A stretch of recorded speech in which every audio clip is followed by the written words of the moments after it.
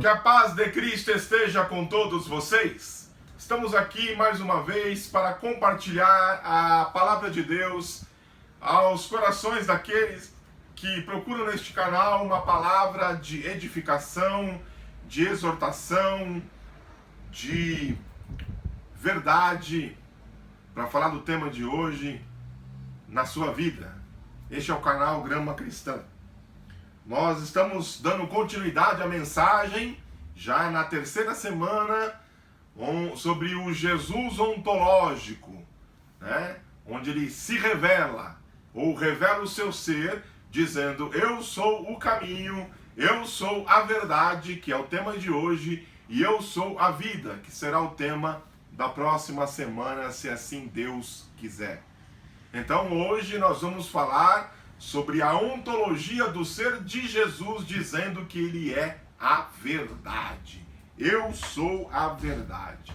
E a verdade hoje, infelizmente, deixou de ser absoluta. Talvez com o pecado ela nunca foi 100% absoluta. Talvez não, com certeza. Mas nunca antes na história da humanidade a verdade foi tão relativizada quanto nos dias de hoje. Nunca foi tão relativizada. Ela deixou de ser absoluta.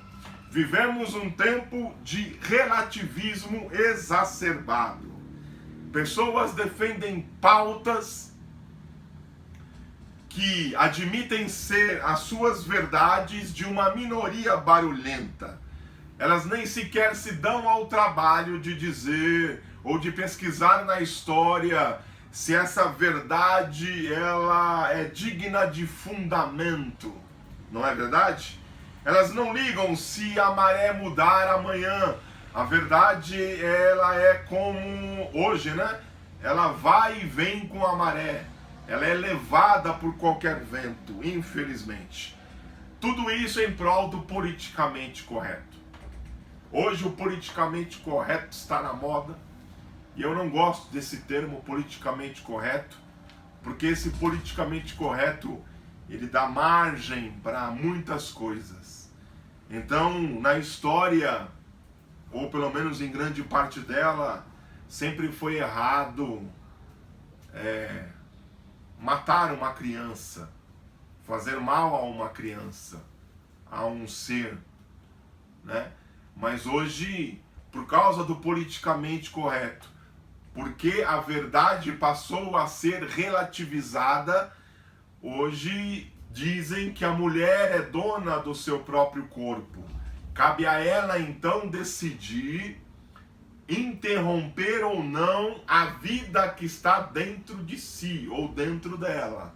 Ela tem o poder e a capacidade, o discernimento de interromper a vida, ou seja, em outras palavras, de matar a vida que está carregando dentro do seu próprio ventre.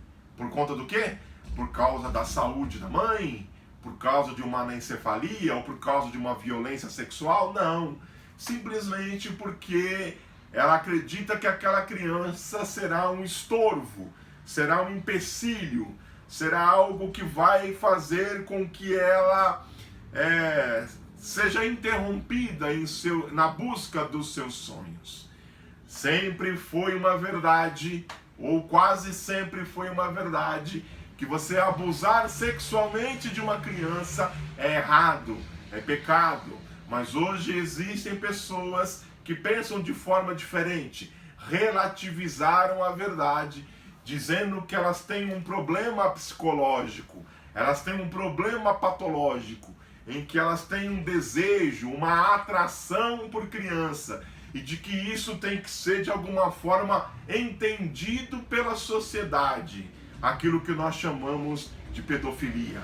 Pedofilia sempre foi pecado, mas agora parece que isso também foi relativizado pela sociedade odierna, pela sociedade pós-moderna. A doença desse século, na minha opinião, ela tem um nome. Ela se chama vitimismo. Hoje, ninguém se declara mais pecador ou culpado. Não, culpado não. Eu sou vítima da sociedade.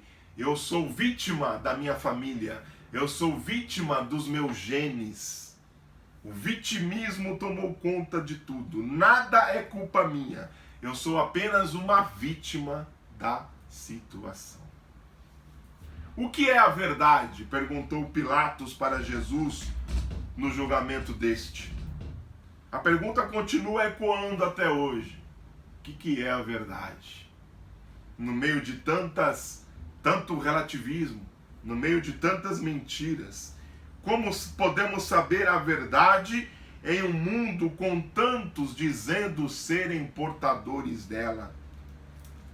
Uma meia-verdade não é verdade alguma, ou de forma alguma. Uma meia-verdade não é uma verdade. É apenas uma verdade mascarada com mentira. Portanto, não é verdade. O sussurro ou sibilo da serpente para os nossos primeiros pais em sereis como Deus, existia uma ponta de verdade, porque ao comer do fruto, tanto o homem quanto a mulher, eles seriam como Deus, conhecedores do bem e do mal. Nesse aspecto, sim. Mas a serpente estava mentindo porque Deus tinha proibido o fruto, porque Deus sabia que o homem não precisava saber, ou não era bom que o homem soubesse sobre o mal, já que o homem só tinha conhecimento do bem.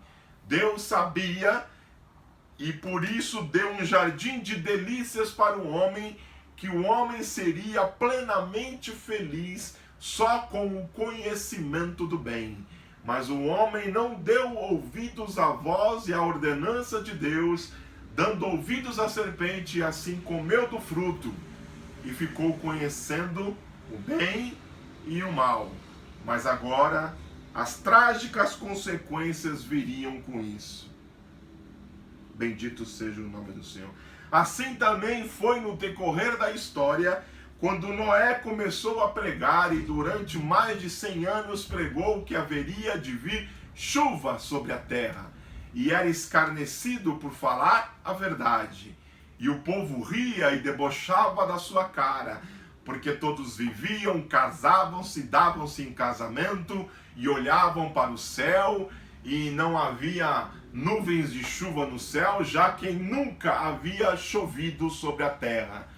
Mas a verdade não deixou de ser verdade, mesmo com o passar de tantos anos. A verdade não deixou de ser verdade, mesmo demorando-se para se cumprir. E a verdade um dia chegou.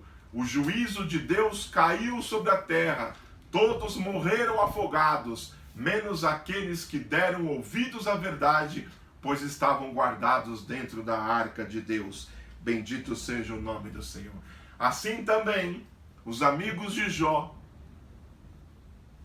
esses de uma forma mais difícil, olhando somente para aquilo que eles viam, somente para aquilo que estava diante dos seus olhos, imaginavam que a verdade era aquilo que eles estavam vendo, de que Jó estava sofrendo por culpa ou por conta de pecado. Mas Jó conhecia o seu coração. Jó sabia que não havia feito nada para que merecesse aquele tamanho tormento.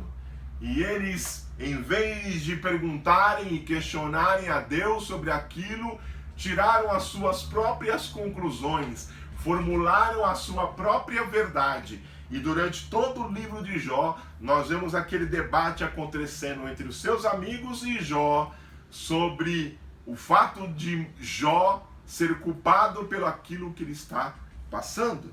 Bendito seja o nome do Senhor. E somente no final do livro é que Deus vai ajustar todas as coisas e de que a verdade vai ser finalmente imposta. Também vemos Davi, na vida de Davi,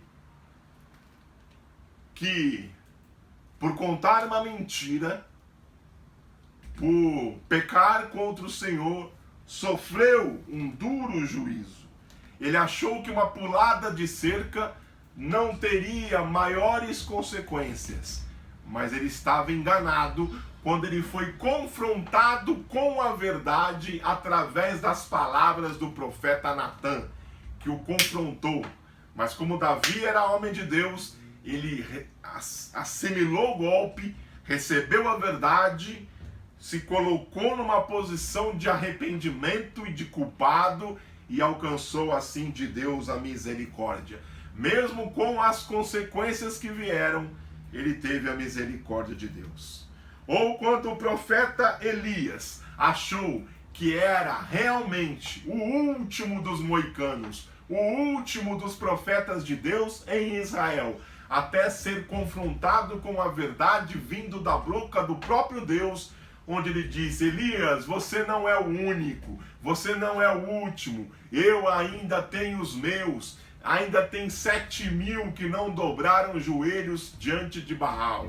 Elias foi confrontado pela verdade, bendito seja o nome do Senhor. Então veio Jesus, a mais sublime de todas as verdades de Deus. Ele veio, segundo o apóstolo João, cheio de graça e de verdade. Diz lá no capítulo 1, no verso 14. Jesus era cheio de verdade. Glorificado seja o nome de Deus. A verdade de Jesus incomodava muita gente. Incomodava as pessoas que estavam ao seu redor. Incomodava o povo.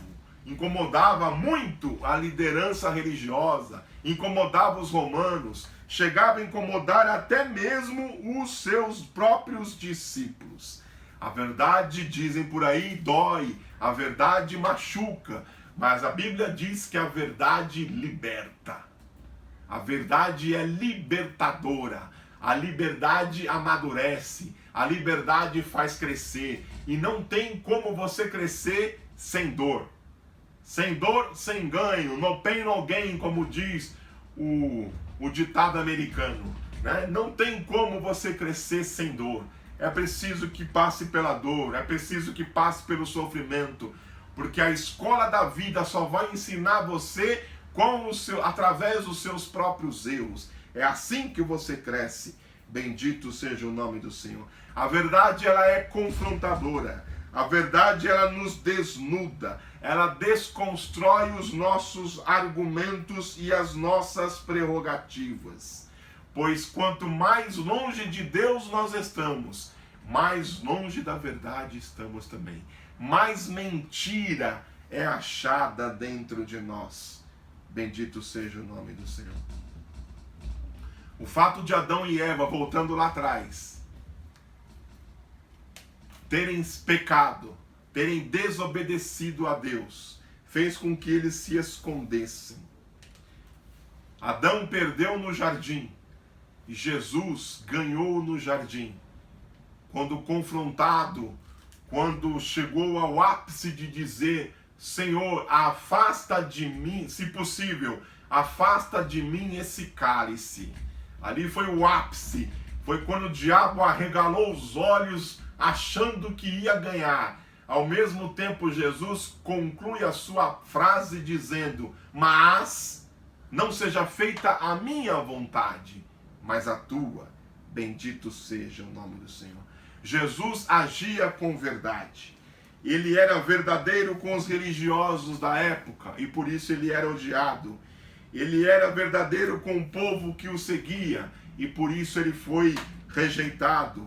Ele era verdadeiro com os discípulos que estavam à sua volta e por isso às vezes ele era escandalizado. Ele era verdadeiro até mesmo com a sua própria família, a sua mãe e os seus irmãos, gerando assim uma espécie de descontentamento, de estranhamento.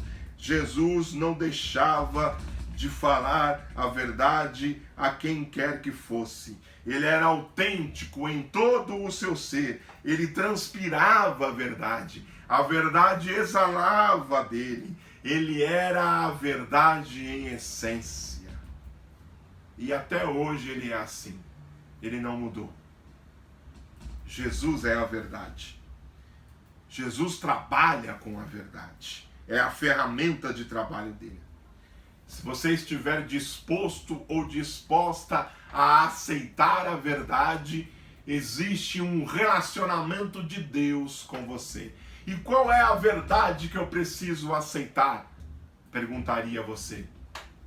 Eu posso te dizer que a primeira verdade que você tem que aceitar é a de que você é um pecador, de que você é uma pecadora, e de que por ser pecador e pecadora, você precisa de um Salvador.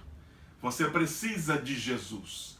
Jesus precisa salvar você de si mesmo, de si mesma. Bendito seja o nome do Senhor. Precisamos aprender qual é a diferença entre misericórdia e graça. Misericórdia é aquilo que você não merece, mas ainda assim, é aquilo que você merece, mas ainda assim Deus não te dá. Você é digno e merecedor do inferno, mas Deus, através da sua misericórdia, te livra do inferno. Já a graça é aquilo que você não merece, mas Deus ainda assim te dá. Você não merece o céu, mas ainda assim Deus lhe dá o céu como recompensa. Essa é a verdade de Deus. Essa é a verdade de Jesus. Nós precisamos crer nesta verdade para sermos salvos, porque sem essa verdade não há nenhuma esperança para nós. Na semana que vem aprenderemos sobre o último ser de Jesus. Eu sou a vida. Deus abençoe a sua vida